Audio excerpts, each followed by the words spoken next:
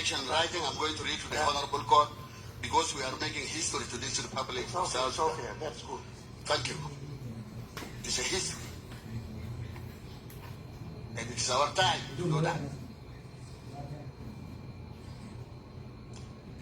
The Republic of South Sudan, the judiciary, in the Special Court for Nasir Incident at Juba 2025, in the matter of trial of accused His Excellency Dr. Riek Machar Teny and 7 others, criminal case number 1533 of 2025, brought under sections read together. Sections 50, 52, 60, 61, 64, 65, 66, 67, 70, 71, 72, 75, 76, and 2006, which is the mother, and Section 239 of the Penal Code Act 2008, read together with Section 15A, B, and 16 of Anti-Money Laundering and Counter-Terrorism Act 2012 as amended 2024, subject objection on lack of jurisdiction of a special court to try His Excellency Dr. Riek Machar Teny and the first Vice President of the Republic of South Sudan and his colleagues, the 7 accused. Your Lordship, Honorable Justice, the President and members of the Special Court, we act for and on behalf of the accused, His Excellency Dr. Riek Machar Teny, the first Vice President of the Republic of South Sudan, as the first accused, put counsel for petroleum, number 3, Lieutenant General, put Gabriel Duk, number 4, Mam Pal Dor, and my age mate, my colleague, Garwij Lam Foj, number 6, Brigadier General Kalilo Gatmal Kel, Mading Rek Yap, and Dominic Gatrod Riek, respectively. We submit this preliminary legal objection to this Honorable Special Court, challenging the jurisdiction and competency of this Special Court to try the above accused person on the ground of revitalized agreement on the resolution of the conflict in the Republic of South Sudan, and also constitutional immunity to His Excellency Riek Machar Teny, the first Vice President of the Republic of South Sudan, and constitutional establishment of this special court by the Honorable Justice President of the Supreme Court of the Republic of South Sudan, and violation of international treaties, conventions which South Sudan has assent, and regional human rights norms. 1. Ground for legal objection: supremacy of the revitalized agreement on the resolution of the conflict in South Sudan, 2018. The revitalized agreement on the resolution of the conflict in the South Sudan is binding upon the government and constitution and international laws, and superior to the constitution pursuant to provision of Article 8, Clause 3 of the revitalized agreement, which is stipulated. This revitalized agreement shall take precedence over any national legislation, any existing agreement to the contrary, and in the event that the provision of a national legislation or previous agreement conflict with the term of this agreement, the provision of this agreement shall prevail. As a matter of binding constitutional incorporation, the revitalized agreement on the resolution of the conflict in South Sudan under Article 5, Clause 3, Subparagraph 1, provide for the establishment of hybrid court for the South Sudan, which is stipulated that there shall be established an independent hybrid judicial court, the hybrid court for South Sudan. The court shall be established by African Union Commission to investigate and, where necessary, prosecute individuals bearing responsibility for violations of international and or applicable South Sudanese laws committed from 15 December 2013 through the end of the transitional period. Your Lordship, crucially, the hybrid court for South Sudan constitute the sole judicial forum visited with jurisdiction under the revitalized agreement to entertain allegation of violation of international law and other grave breaches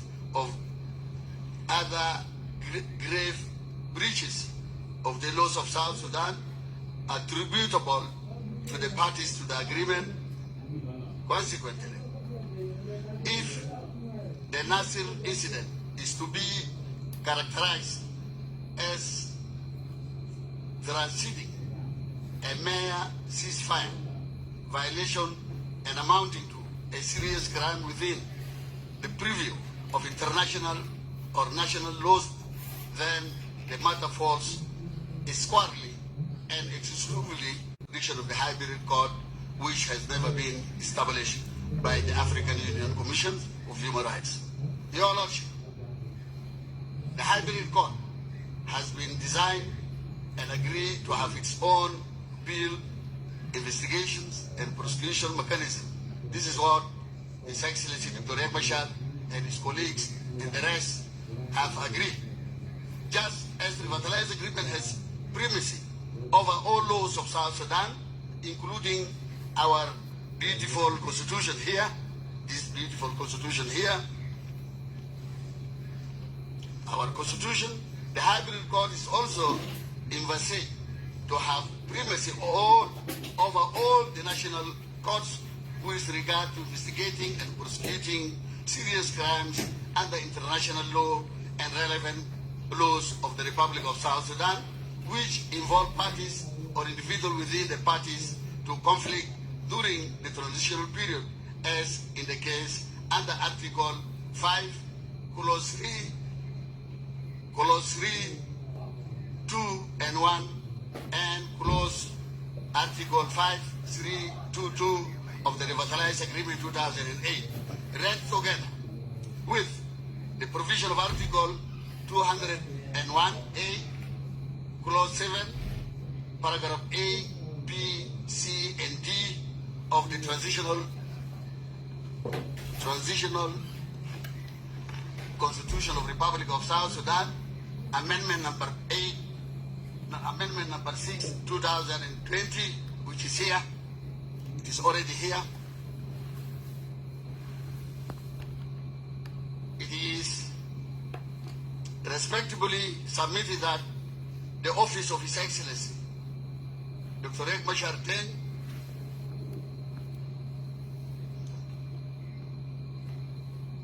respectively submitted that the office of His Excellency Dr. Riek Machar Teny, our first Vice President of the Republic of South Sudan, as the first Vice President of the Republic of South Sudan, together with the positions occupied by the 7 co-accused persons, derive their legal and constitutional legitimacy directly from Article 1, Clause 7 of the Revitalized Agreement on the resolution of the conflict in the Republic of South Sudan. Your Lordship, by virtue of these provisions, their offices and the mandate are a product of the peace agreement, which form an integral part of the constitutional and governance framework of the Republic of South Sudan. Your Lordship, basically, any purported criminal prosecution of the said offense barriers outside the mechanism expressly provided for under the Revitalized Agreement amount to a fundamental infringement, violations, transgressions of the agreement, undermines and delegate process of peace agreement, which we are yearning into, all of us in this hall and those who are outside. We were yearning into peace. We need peace in our country. We need reconciliations in our country. We need healing in our country. We need peace once again. Your Lordship, delegate any constituted breach, anything inconsistent with this agreement, which is incorporated into our constitution by the heart of the people of South Sudan, constitute a breach of South Sudan and international obligations. We have an international obligation. Your Lordship, the provision of Article 8, Clause 3 of the Revitalized Agreement provides unequivocal terms that the provision of the take precedence over any provision of the Constitution, Transitional Constitution of the Republic of South Sudan, and any other legislation of South Sudan which may be inconsistent with it. Likewise, this obliges all organs and institutions of government to implement and comply with the agreement in both letter and spirit. Furthermore, the provision of Article 9, Clause 3 of our beautiful Constitution of Republic of South Sudan, 2011, as amended, provides that all rights and freedom enshrined in international human rights treaties, conventions, and instruments ratified or acceded to by the Republic of South Sudan shall be integral part of this beautiful Constitution. Your Lordship, these constitutional provisions elevates the Revitalized Agreement as ratified international peace agreement to the status of supreme law. The supreme law, the Constitution, it is the supreme law, it is the grand norm, it is the mother of the laws which all of us in this hall and outside we are binding to upon all authorities, including the judiciary of Republic of South Sudan and the Minister of Justice and Constitutional Affairs and our Minister of Interior and the National Security. All of you, your duty mandate by this agreement, it is above all of us. All of us, we are down of it, and this is the one governing our country, international. Since South Sudan, Your Lordship, we are members of UN, as well as we are members of African Union, as also we are members of IGAD, and we are members of Northern Corridor, and also we are partners of East African Community, and you know, Article 6 right together, we speak of establishment of East African Community, stipulates adherence to fundamental rights, rule of law.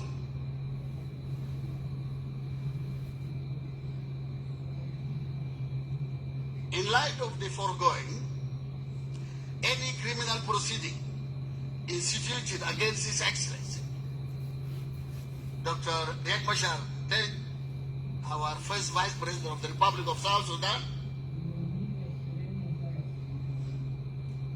or the co-accused who are here,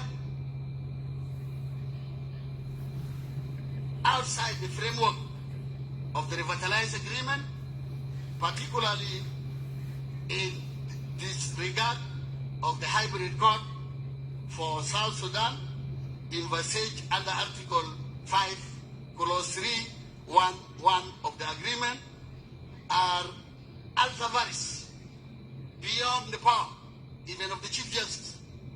Above, it is unconstitutional, it is illegal, it is unlawful, and therefore it is null and void ab initio, without any legal effect. Therefore, they continue pursuant of this trial by this Honorable Special Court, which I respect it properly. I respect this Honorable Court. Constitute trial. The constitute process of this trial before this Special Court not only lacks jurisdiction foundation, but also places the Republic of South Sudan in manifest breach of its obligation under both domestic and international laws. For the avoidance of doubt, the revitalized agreement signed on 12 September 2018 in Addis Ababa remains valid and binding, and no derogation therefrom is permissible without express and formal abrogation in accordance with due process of the law. Number 2, jurisdictional and procedural objections on constitutional immunity of His Excellency Dr. Riek Machar Teny, our first Vice President of the Republic of South Sudan. First and foremost, we want to bring to the attention of this Honorable Special Court that the instance of preliminary legal objections pertaining one of jurisdiction of this Honorable Special Court is that the legal objection meant to terminate an infancy or as well to nip it in the bud without wasting the time dispersing unnecessary energies in considering unworthy or fruitless matter in the court proceeding.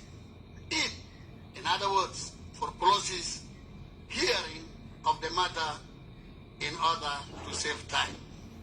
Your Lordship, Article 103 and Article 104, Clause 2 of the Transitional Constitution of the Republic of South Sudan as amended, read together with the provision of Regulations 62 and 63 of the Transitional National Legislature, which is here.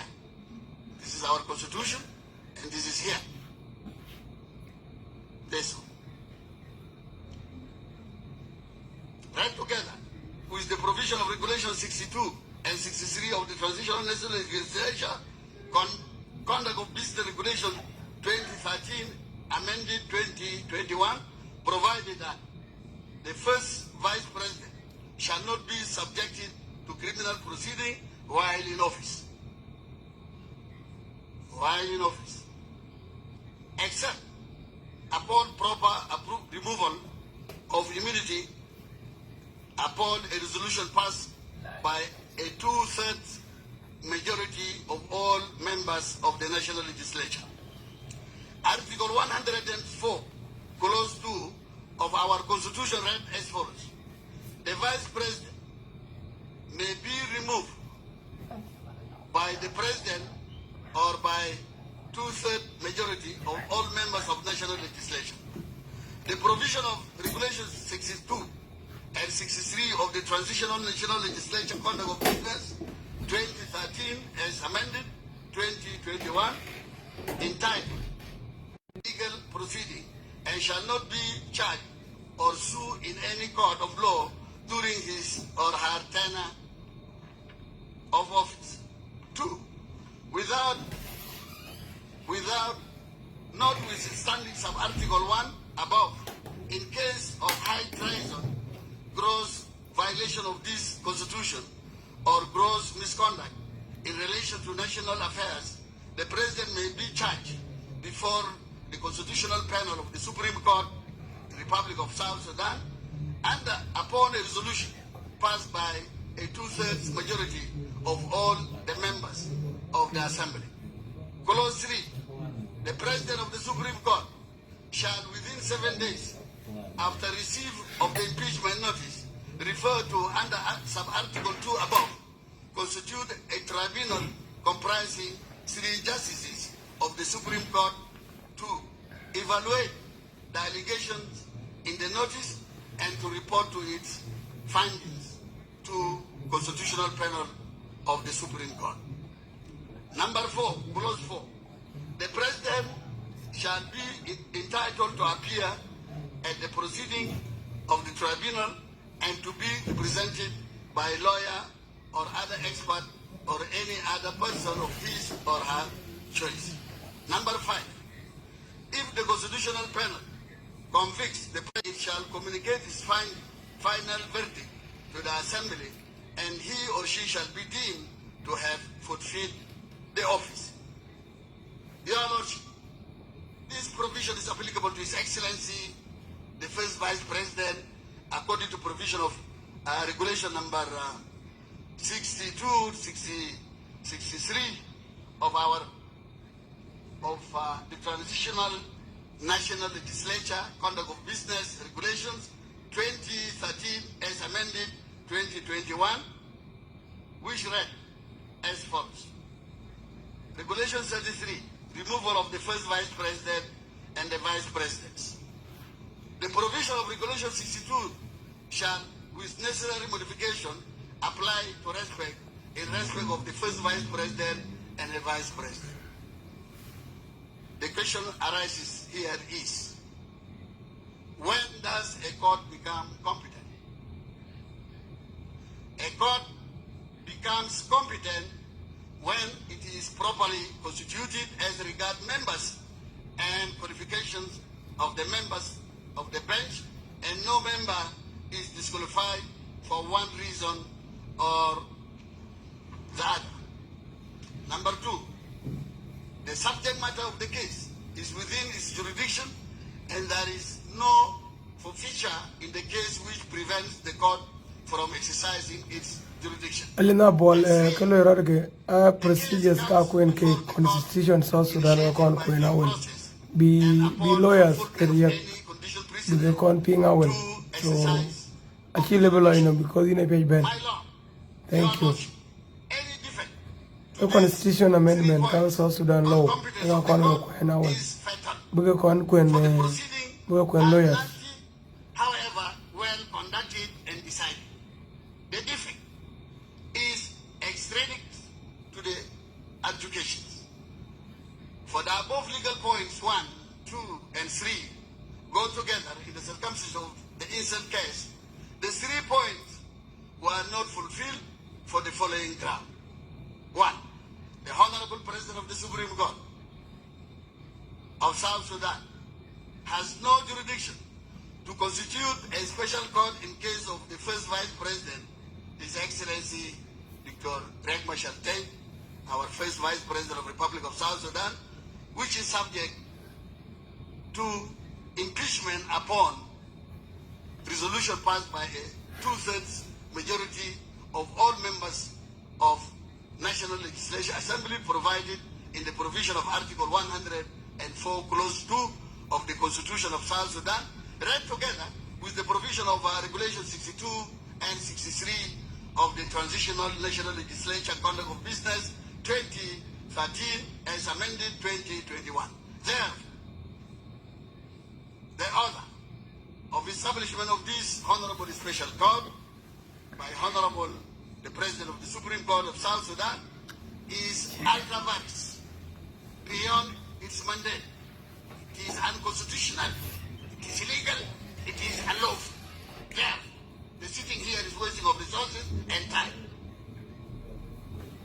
That beyond his jurisdiction for him in the provision of Section 16(4) of the conduct of our Criminal Code of Procedure. The only power of our President of the Supreme Court is only to constitute or to establish a special court for trial of juvenile offenders. These are not juvenile. To form High Court to preside, convince or preside, the special court to be presided over by the High Court or any senior justice, which is not the case here in the case of the First Vice President.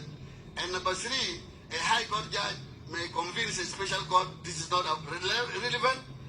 It is irrelevant. So, which is stipulated that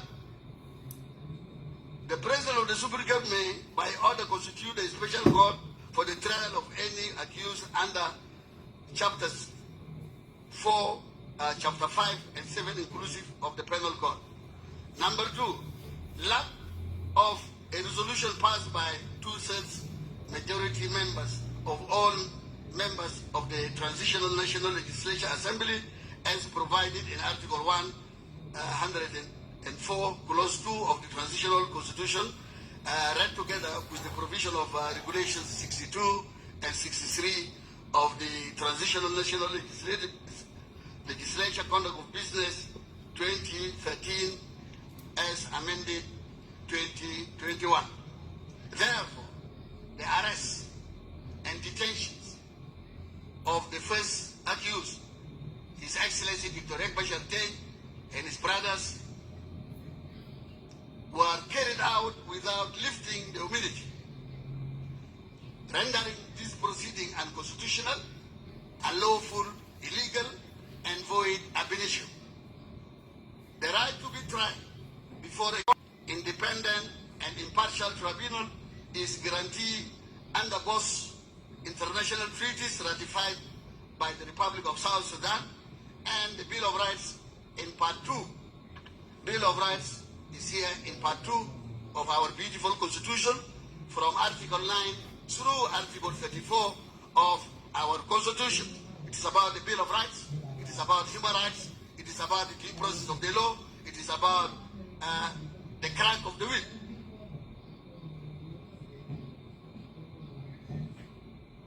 Number 3, relief sought. Wherefore, His Excellency Dr. Riek Machar Teny and the 7 accused persons respectively pray this Honorable Special Court to order in their favor as follows. Number 1, order this Special Court lacks of jurisdiction and competence to try this matter, and therefore null and void ab initio pursuant to the absence of fulfillment of the requirements stipulated in the provision of Article 104, Clause 2 of the Transitional Constitution, read together with the provision of Regulation 62 and 63 of the Transitional National Legislature Assembly Conduct of Business 2013 as amended 2021. Number 2, order the immediate discharge, release, and go home of His Excellency Dr. Riek Machar Teny and his brothers from this court, and let them go home from today. Let them go home and have the business to do their job.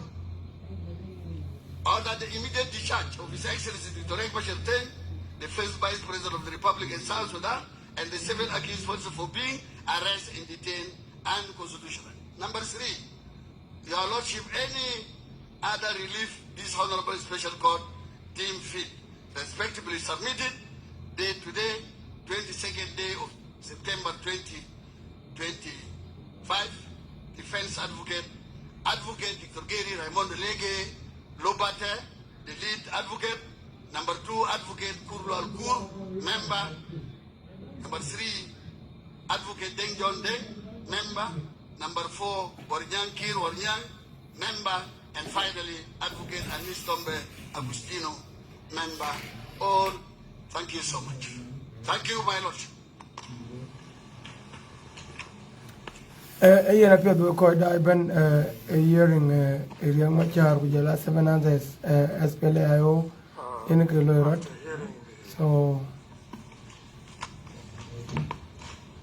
the application of the defense, now we would like to give chance to the prosecution to reply.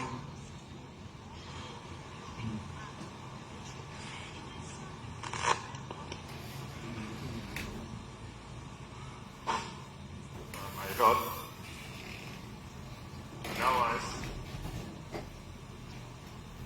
to reply to our colleague to get what he has raised of his objection. This will be represented by one of the panel advocates. Newell.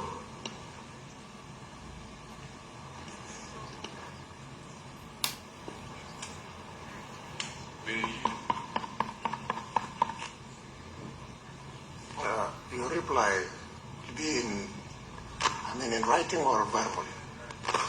We'll make it because my Lord will give an oral reply and we'll give a snapshot of our reply.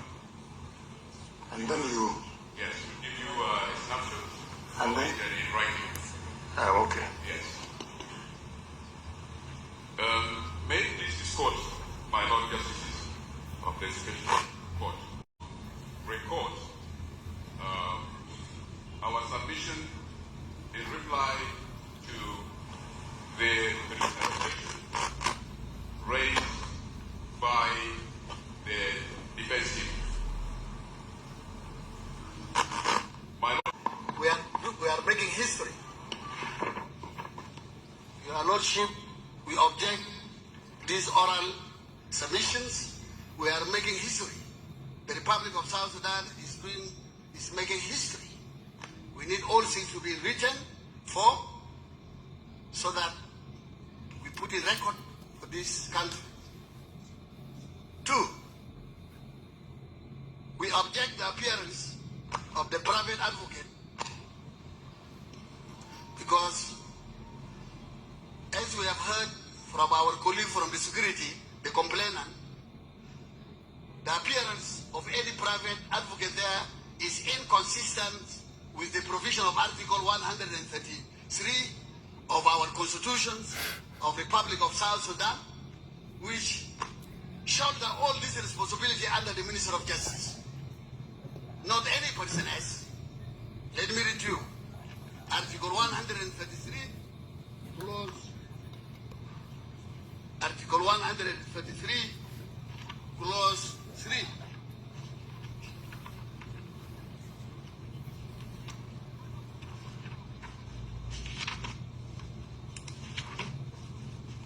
Yes. Which is part 8 of our Constitution. The public attorney and legal advisor shall be under the National Minister of Justice and Constitutional Affairs. Clause 3. Public attorneys and legal advisors shall advise all. Nel much adult kana ci beram ndu gudu wa jaba dai but in a citizen. The Minister of Justice shall be the chief legal advisor and the prosecuting authority at all levels of government and shall perform such other functions of legal nature as may be prescribed by law. Number 3, public attorneys and legal advisors shall advise all levels of government, represent them in public prosecution, litigation, adjudication, and conduct free trial proceedings. They shall recommend reform, strive to protect public and private rights, advise on legal issues, and shall render legal aid. This is a constitutional requirement. It is mandatory. It is peremptory.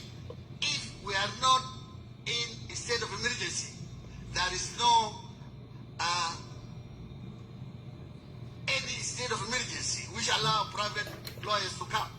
They are all there and they are competent to do the job, not anyone who is private. That's why we are here.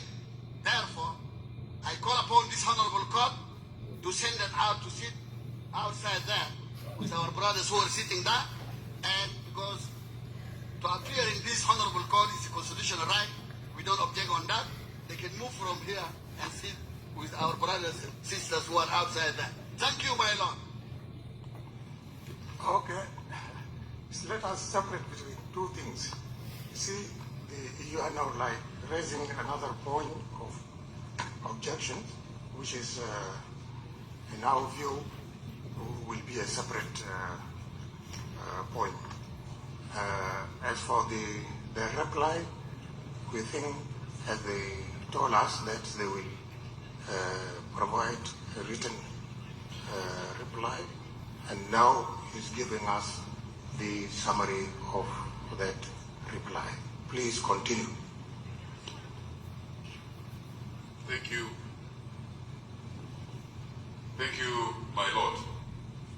I would proceed to provide our response to the defense objection.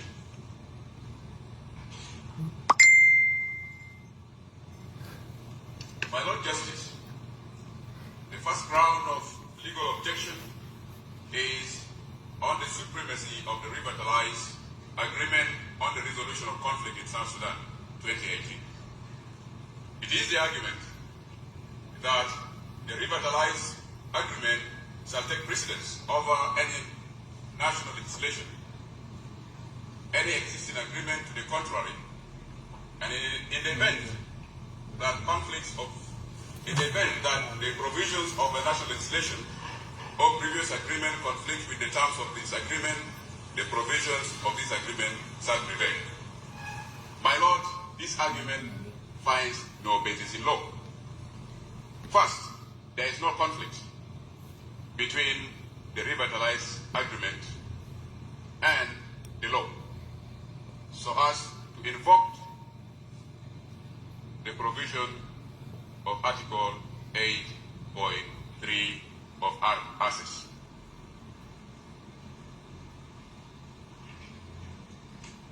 My Lord, in terms of competence of this court to try the first vice president, it is a prosecution argument that this court is competent to try the first vice president. My Lord, presiding justice and justices of the special court, Article 123E establishes the structure and hierarchy of our judiciary. And under E, it empowers that there shall be established other courts and tribunals as deemed necessary to be established in accordance with the provision of the Constitution and other law. This provision of the Constitution is reiterated,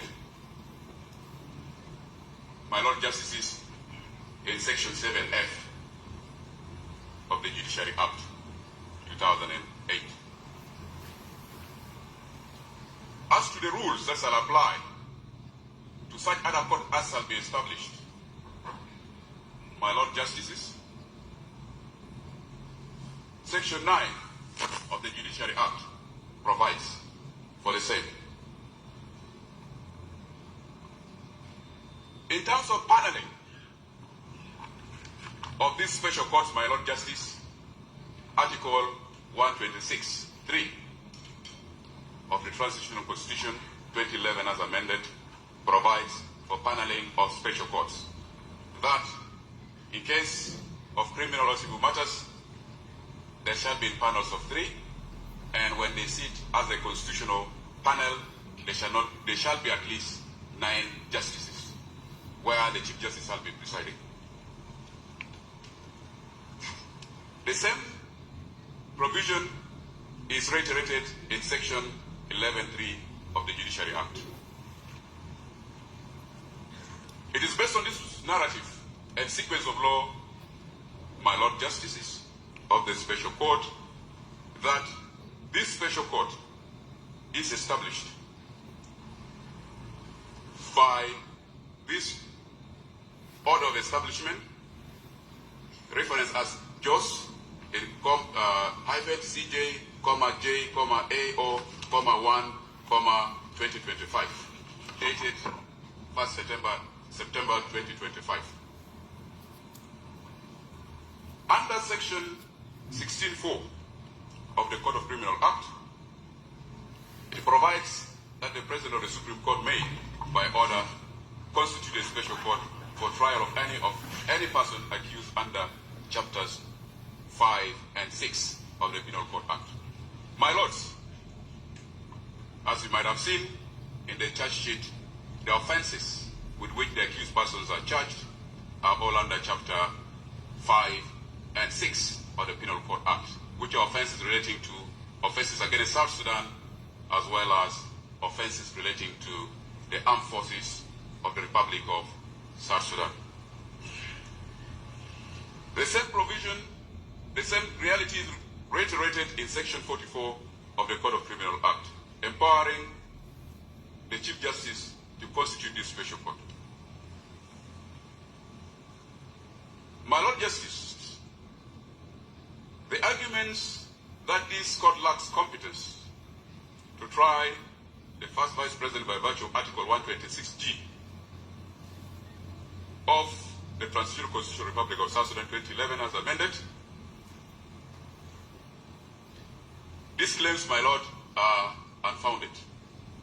This article provides that the Supreme Court shall exercise competencies as follows: have criminal jurisdiction over the Vice President, the Speakers of the National Legislative Assembly, and of the Council of States, and the Justices of the Supreme Court. It is the assertion of the defense that based on this court, the special court is not a Supreme Court, and therefore lacks competence to entertain this matter. My lord, this argument is weak and lacks substance. The members of this special court are all justices of the Supreme Court, and therefore competent to entertain the matter by virtue of the laws as stated. Even if the powers given are powers of the High Court has unlimited jurisdiction. And therefore the crimes committed based on chapter 5 and 6 are within the competence of the High Court powers.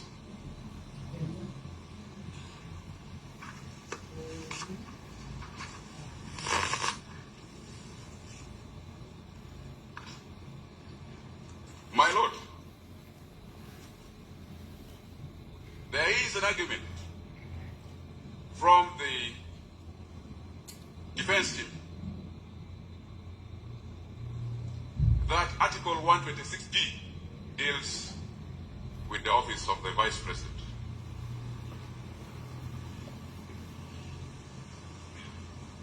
We argue that Article 126 deals with the office of the Vice President. The fifth accused is not the Vice President, but the first Vice President. It is the argument, of course, that under Article 1042, he is not to be impeached. This is their language.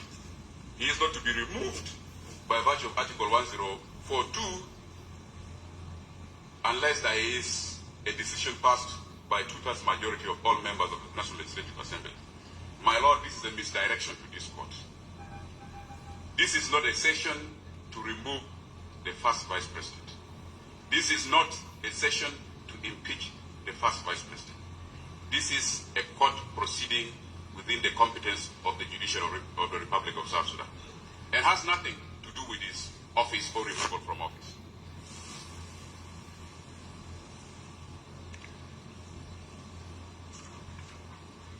Notwithstanding this argument, my lords, allow me also to assert this, that Article 126D deals with the office of the Vice President. The fifth accused person is not the Vice President, but the first Vice President. His office is a creation of RSS, and by virtue of Article 1.4.3.5 of RSS, it was incorporated in the Transitional Constitutional Republic of South Sudan through the Transitional Constitution of Republic of South Sudan Amendment number 6 of 2020. Article 104 establishes his office. Article 104A and Article 104B designates his powers, functions, and responsibilities. My lord, Article 126G of the Transitional Constitution was not amended specifically by inserting the word first Vice President in the text to reflect this new reality. If it was intended by RSS or the National Constitutional Amendment Committee, the amendment would have occasioned such. For instance, in the amendment number 6 of 2020, Article 92 of the Constitution was amended by inserting the words first Vice President, for Vice President between the words President and the words National Council of Ministers. The fact that this was not done with Article 126G of the Transitional Constitution means that it was not intended to cover the first Vice President, hence the competence of this court to entertain this matter.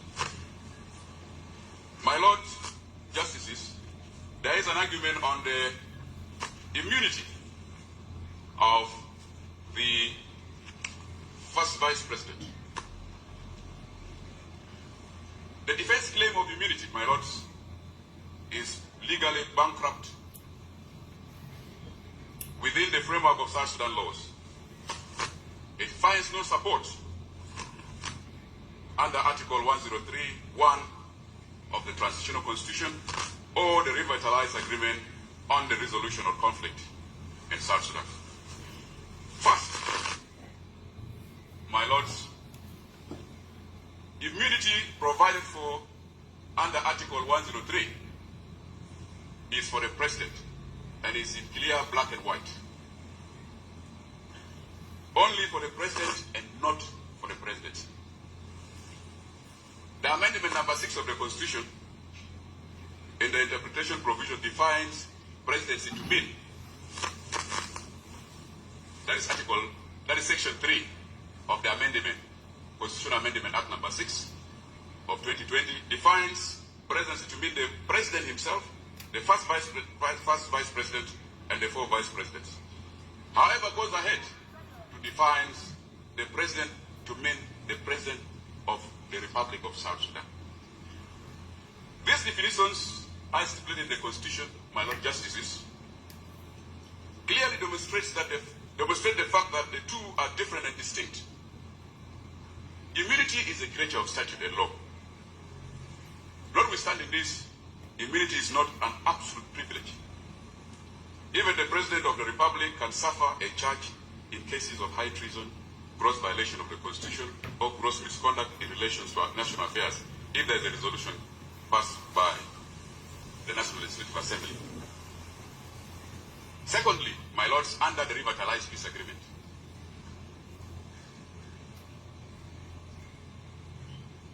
this argument has no legal basis. Article 1.4.3.5 of the Revitalized Agreement, Article 1.4.3.5 of the Revitalized Agreement provides for the incorporation of the Revitalized Agreement into the Constitution.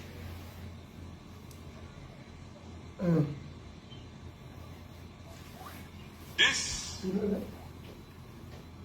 was occasioned by amendment the Transitional Constitution of the Republic of Act number 6 of 2020. So by that act, the Revitalized Agreement became part of the Constitution. My lords, when this amendment was done, Article 103 as a whole was not amended to extend the immunity to the presidency as a collegial body, but maintained as a privilege to be enjoyed by the President of the Republic alone. If it was intended to cover the first Vice President or the other Vice Presidents in the presidency as claimed, Article 103 would have been amended when the RCS was being incorporated into the Constitution. That was not done. My lords,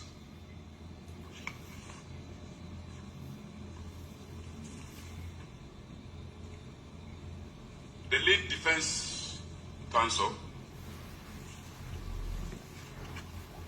Dr. Gary Raimondo Lege Lobate, further proceeded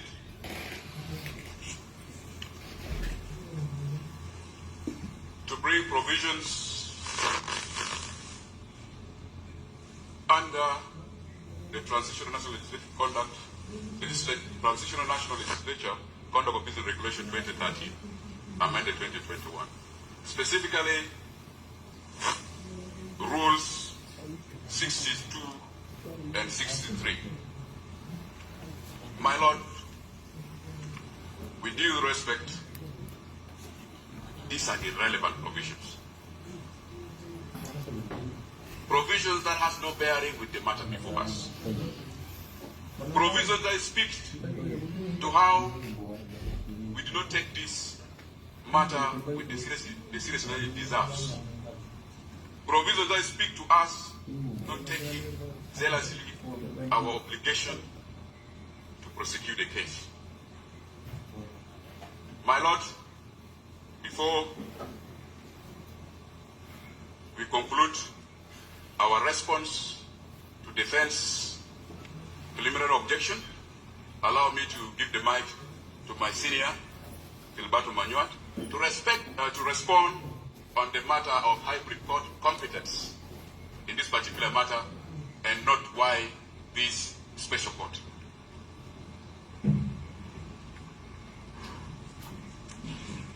My lords, justices of this honorable special court, I will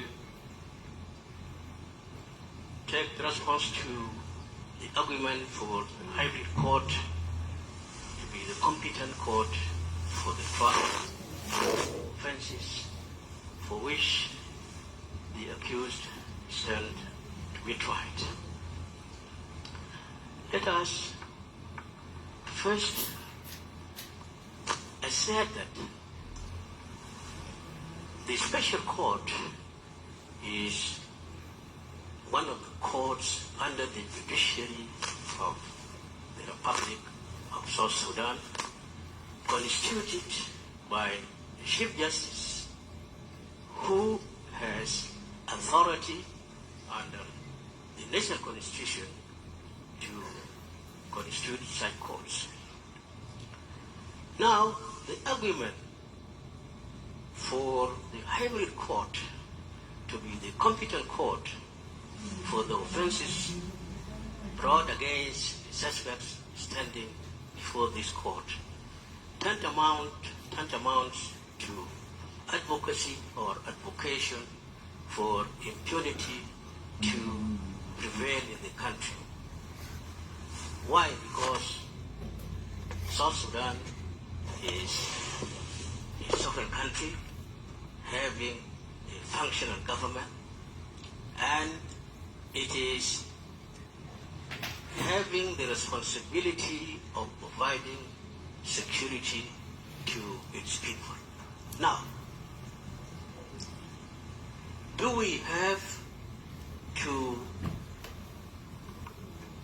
just wait for a court that is to be constituted by African Union to investigate and prosecute cases specified therein, when acts amounting to gross violations of the laws of the land have been committed, abetted, conspired for by some of the actors who are signatories to the RRCs.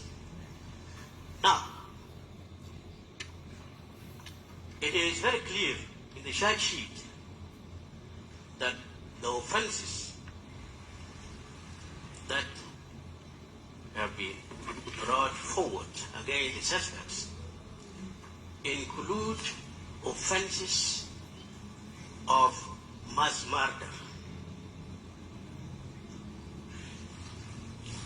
and offenses related to terrorist activities.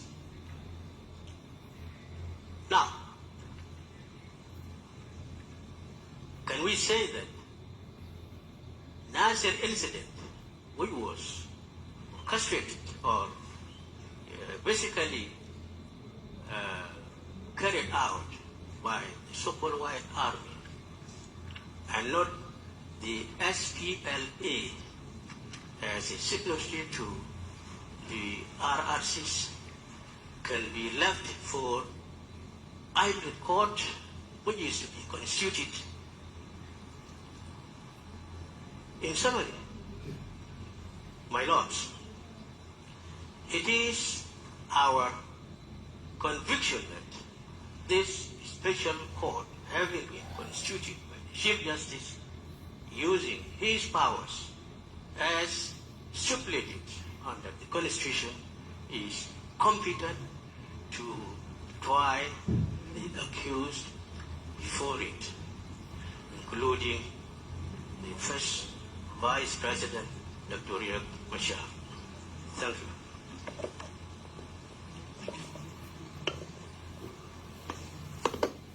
My Lord Justices,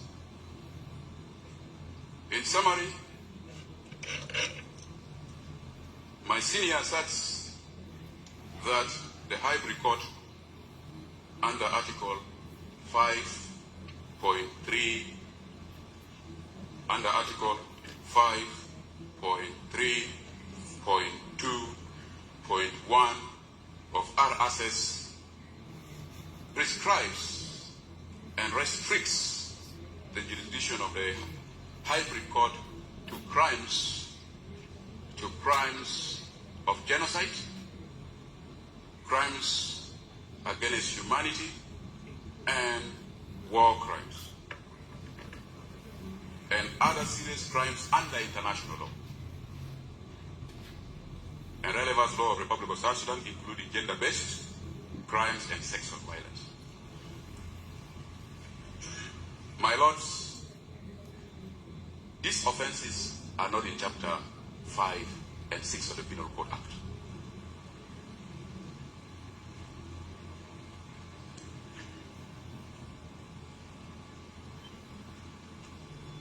My Lord, it is therefore our prayers. It is therefore our prayers, given these arguments, in response to the defense preliminary objection, that this honorable court dismisses the defense objection as misconceived, misunderstood, misleading, and contrary to the statutory and constitutional mandate of this court. To affirm the confidence of this court to proceed with the trial. I rest my case. We will serve some highlight drafts on your full result, and then the defense team. Okay. What is our best will?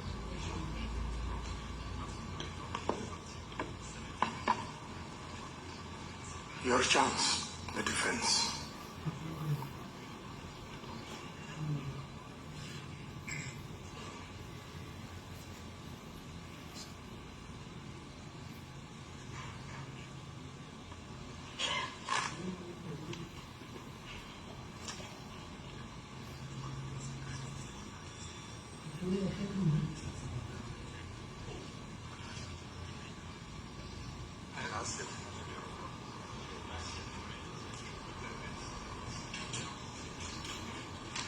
Your Lordship, Honorable Justices of this special court.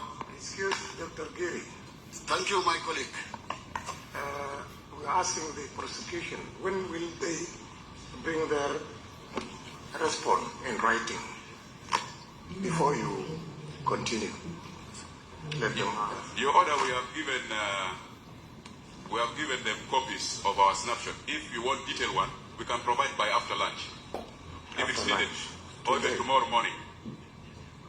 So if you don't mind, give us until tomorrow morning. We can provide, because we have details of maybe case laws, which we need also to print out and share for the consumption of this honorable court.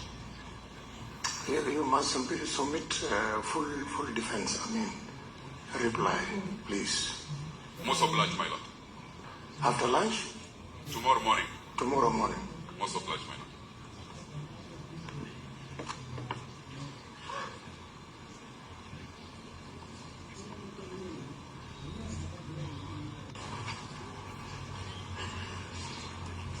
Yeah, so this is Togiri.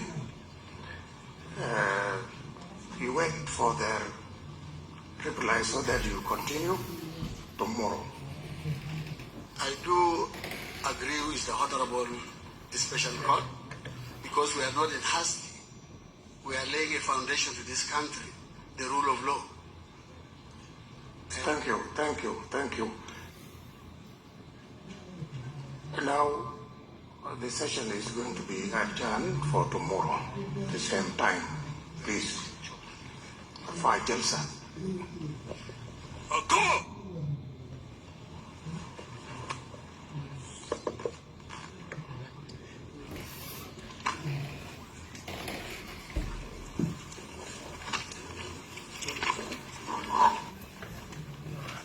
Yeah, great thank you so much for watching. Abu Dhabi, when we are